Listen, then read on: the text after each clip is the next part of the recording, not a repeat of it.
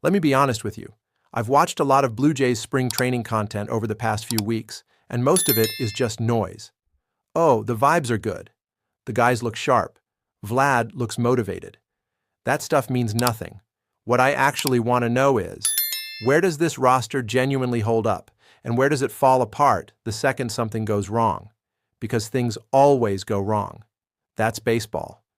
58 players contributed to the 2025 pennant run. 58, not 25. And if you think this 2026 team is going to coast through a 162-game season with the same 9 guys every single night, you are delusional. So let's do something different today. Let's actually stress test this roster, position by position. No hype, no filler. Just where the Blue Jays are genuinely strong, where they're genuinely thin, and what happens when the injury bug, and it will bite, comes knocking.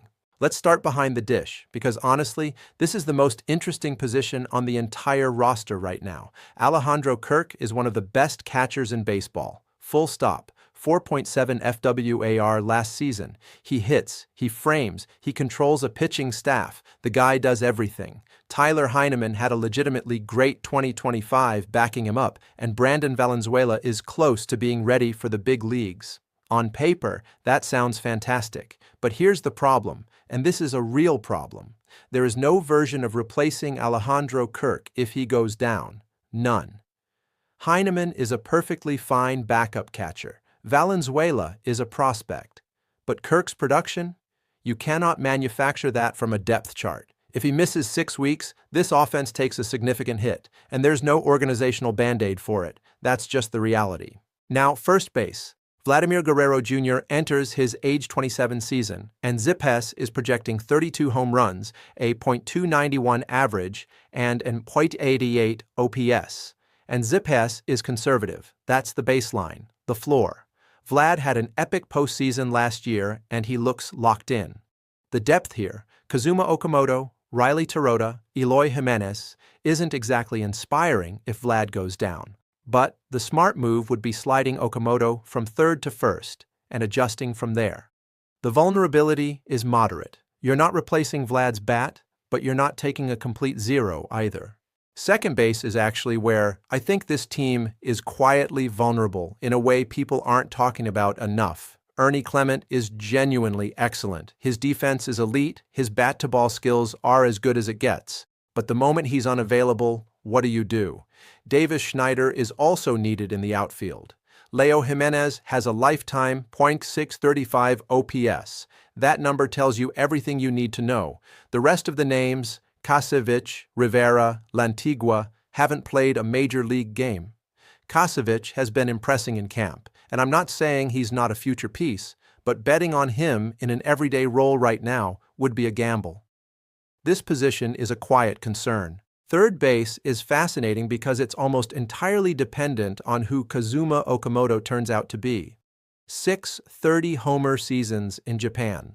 4-year, $60 million deal. The Blue Jays clearly believe in this guy, and the upside is real. If Okamoto delivers, this is a strength. If he struggles to adjust, and NPB to MLB transitions are notoriously unpredictable, then Addison Barger slides over and you start shuffling outfielders in. The vulnerability is moderate, but the ceiling here is legitimately high if Okamoto is everything they're expecting. Shortstop. Andres Gimenez. Plus defender, potentially league average bat if everything clicks. Players like that are genuinely rare, and the Blue Jays were smart to add him, but the depth behind him is thin. Clement can handle short, sure, but shifting him over weakens the rest of the infield. It's a domino effect. This is a high vulnerability position, depending entirely on Gimenez staying healthy. Now, the outfield. This is legitimately the deepest position on the roster. Dalton Varsho, Addison Barger, Jesus Sanchez, Davis Schneider, Miles Straw, Nathan Lukes, and then behind them, Jonathan Clays on the 40-man with real upside, R.J. Schreck posting a .395 on base in the minors last year, handling all 3 outfield spots. Yohendrick Pinango, Eloy Jimenez. John Schneider said the outfield is in a good spot, and for once that's not just manager speak, it's accurate. 4 legitimate left-handed bats, right-handed power from Schneider, speed from Straw.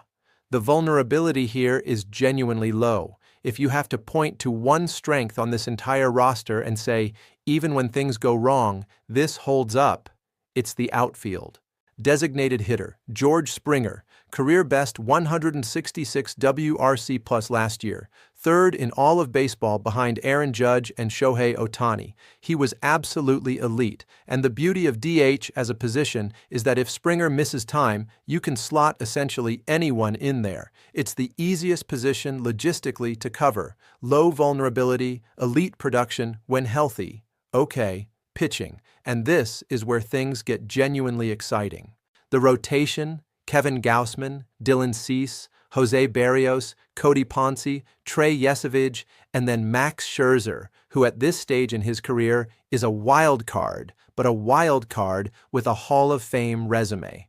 That is a deep, deep rotation. Yesavage gets a full season for the first time. Ponce was a genuine pickup, and they already had Gausman and Berrios locked in. On paper, and I know that phrase is doing a lot of work, this might be one of the best rotations in the American League.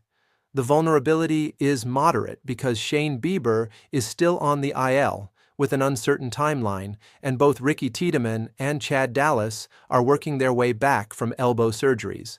Those are your depth guys, and they're not available yet. Estrada and Lauer are fine depth options, but the margin for error shrinks fast if the top of the rotation gets banged up. The bullpen is where I want to spend a little extra time because this is genuinely the most unpredictable part of any roster. Jeff Hoffman, Lewis Varland, Tyler Rogers, Brendan Little, that's a solid core. Braden Fisher has real upside. Mason Fluharty and Tommy Nance and Chase Lee round things out. But here's the thing about bullpens that every serious baseball person knows. Predicting relief performance year to year is basically guesswork. The margins are thin. Yimi Garcia is already on the IL, and if Hoffman, Varland, or Rogers goes down, the Blue Jays are suddenly short on high-leverage options they actually trust.